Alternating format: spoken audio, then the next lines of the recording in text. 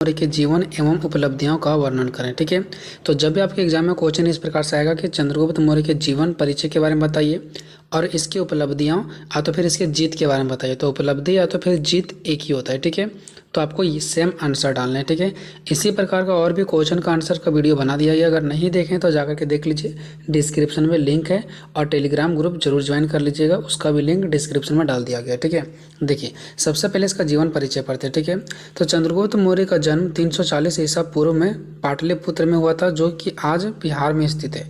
पाटलिपुत्र आज कहाँ पे स्थित है? बिहार में स्थित है। ठीक है, वह नंद के वंशज थे, यानी कि नंद के क्या थे? बेटे थे। ठीक है, उनकी माँ का नाम क्या था? मूरा था। उनकी जो माँ थी उनकी नाम क्या था? मूरा था। ठीक है, वे जन्म से ही गरीब थे। जो चंद्रगुप्त मौर्य थे वो जन्म से ही क्या थे? गरीब थे।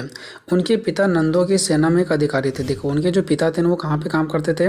तो नंदों की सेना में, जो नंद वंश थे ना उसी के सेना में क्या करते थे? उनके पिताजी काम करते थे, जो कि एक अधिकारी के रूप में थे। ठीक है, जो किसी कारणवश नंदों द्वारा मारे गए थे, जो कि नंद वंश के ही अंतर्गत उनके पिता क्या करते थे? काम करते थे, और नंद वंश के द्वारा ही क्या किया गया? उनके पिता को मार दिया गया। ठीक है, उनके पिता की मौत उनके जन्म से पहले ही हो गया था, यानी कि जब से चंद्रगुप्त मौर्य का जन्म भी नहीं हुआ था उसके पहले ही उनके पिता का क्या हो गया था?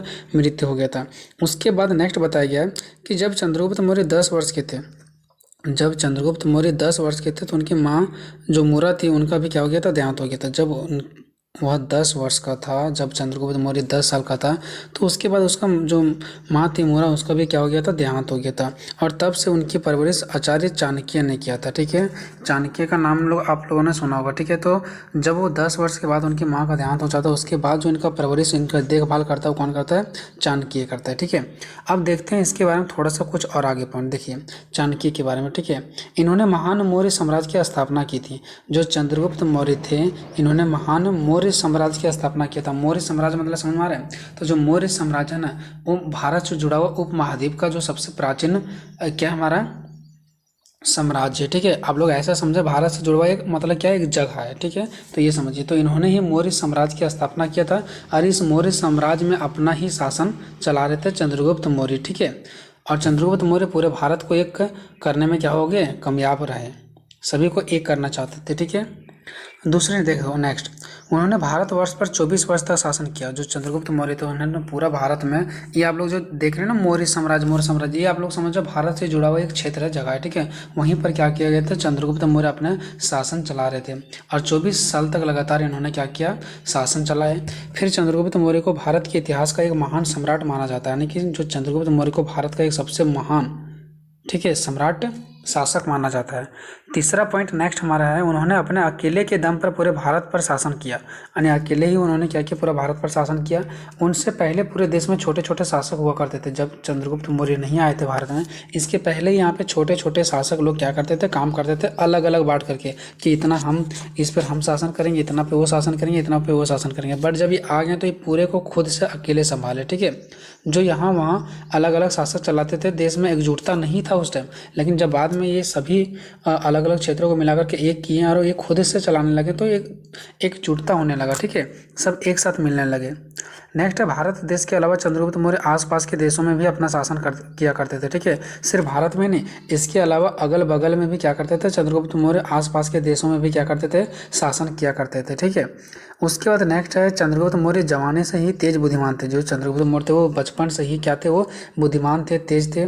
उनमें सफल सच्चे शासक की पूरी गुणवत्ता थी, यानी कि सफल कैसे होना इसके बारे में उसके अंदर पूरा का पूरा गुणवत्ता भरा हुआ था।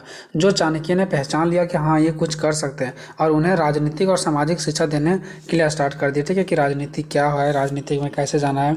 ठीक है, यानी कि राजनीति के बारे में और समाज के बारे में पूरा उनको शिक्षा दे दिया गया, जिसकी वजह से आज चंद्रगुप्त मौर्य बहुत ही आगे लेवल पर पहुंच गए थे। ठीक है, तो ये हम लोगों ने देखा सिर्फ और सिर्फ चंद्रगुप्त मौर्य के जीवन परिचय के बारे में। ठीक है, कि जो चंद्रगुप्त मौर्य है वो कौन थे, कैसे इनका जीवन बीता, कैसे ये आगे बढ़े। ठीक है, और भारत में इसका शासन कैसे चल रहा था, तो ये सब चीज़ों के बारे में हम लोगों ने देखने का प्रयास किया।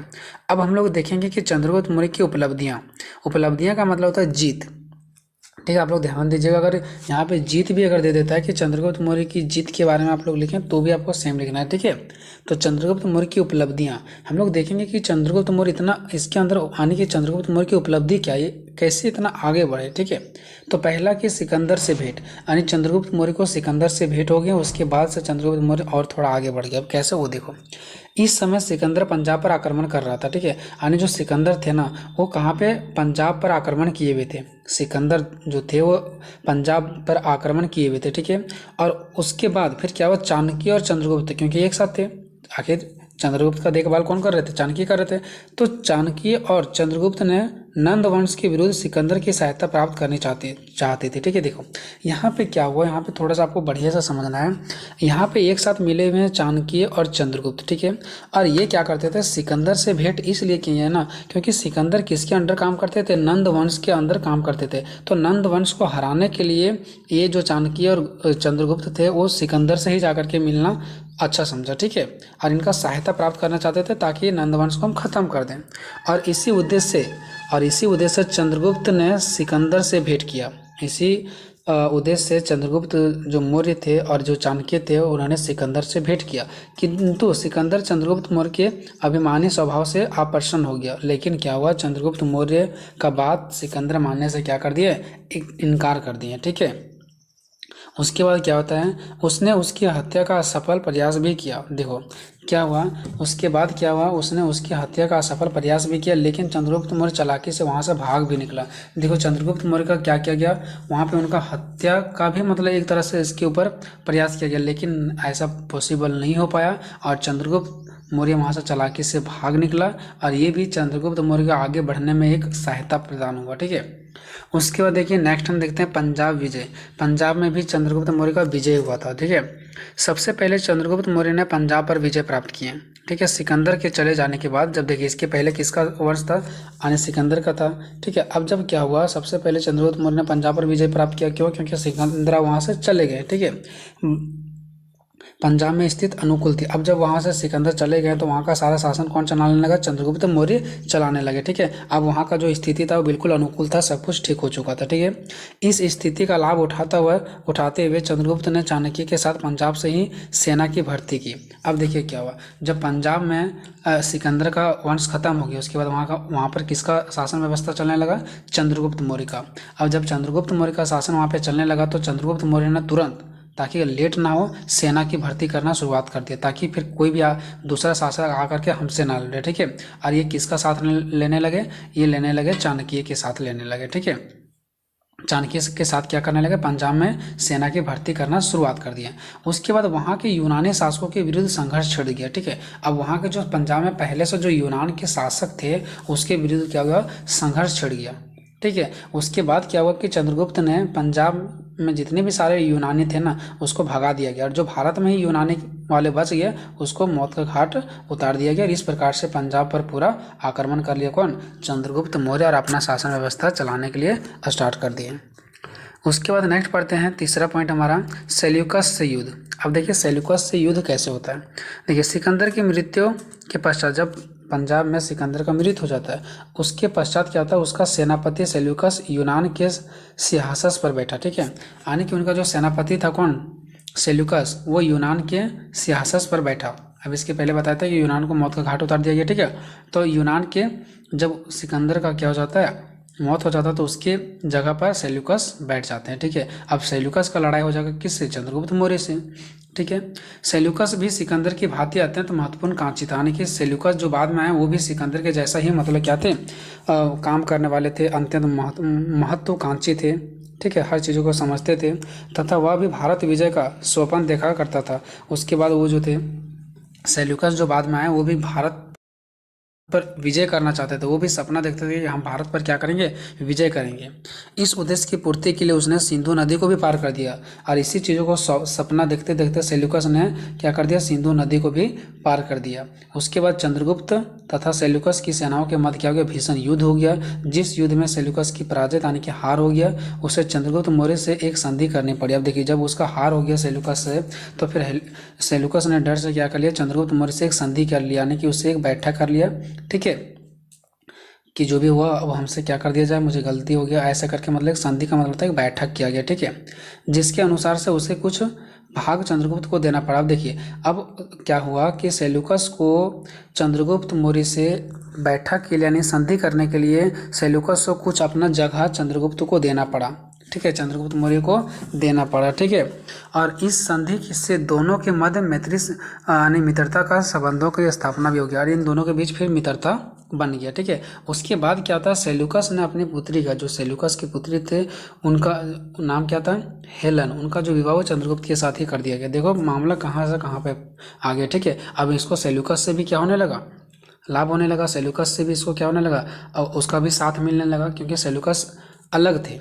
ठीक है, अब क्या हो गया, इन्हीं के साथ हो गया और इससे संधि करने के लिए इसको कुछ जगह भी दिए और उनका पुत्री का जो विवाह इसी से कर दिया। ठीक है, तो कहीं ना कहीं चंद्रगुप्त मौर्य धीरे धीरे आगे बढ़ रहे हैं। ठीक है, और ये चंद्रगुप्त मौर्य को धीरे धीरे और भी लोगों का साथ मिलने लगा, जैसे यहाँ पे सेल्यूकस से मिलने लगा, चाणक्य से पहले ऑलरेडी मिल चुका था। ठीक है, उसके बाद नेक्स्ट हम लोग बात करते हैं पॉइंट नंबर 4, पश्चिमी भारत की विजय। देखिए चंद्रगुप्त मौर्य पर, जो चंद्रगुप्त मौर्य था ना, वो पश्चिमी भारत पर भी क्या कर लिया, अपना विजय प्राप्त कर लिया। कैसे, देखिए रुद्रदामन का जूनागढ़ अभिलेख से ज्ञात होता है। देखिए रुद्रदामन का जो है ना जूनागढ़, ये अभिलेख है। ठीक है, तो आप लोग सीधा ऐसे भी लिख सकते हैं कि अभिलेख से हमें ज्ञात होता है कि चंद्रगुप्त मौर्य ने पश्चिम भारत के सौराष्ट्र प्रदेश तक अपनी सीमा का विस्तार किया। सौराष्ट्र प्रदेश एक जगह है। ठीक है, वहां तक अपनी सीमा का क्या कर लिया, विस्तार कर लिया। तथा यह स्पष्ट रूप से नहीं कहा जा सकता कि भारत के पश्चिमी प्रदेशों पर चंद्रगुप्त मौर्य ने आक्रमण द्वारा अधिकार प्राप्त किया अथवा वे पहले से ही नंदवंश के अधीन थे। देखिए अब ये नहीं कहा जा सकता है ना कि मतलब कि चंद्रगुप्त मौर्य ने आक्रमण करके अपना वहाँ पे पश्चिमी भारत पर विजय प्राप्त किया या फिर नंदवंश के अधीन थे, यानी कि पहले से ही नंदवंश के अधीन थे। ठीक है, ये नहीं कहा जा सकता। उसके बाद नेक्स्ट हम लोग पॉइंट पढ़ते हैं 5 नंबर। ठीक है, दक्षिण भारत की विजय।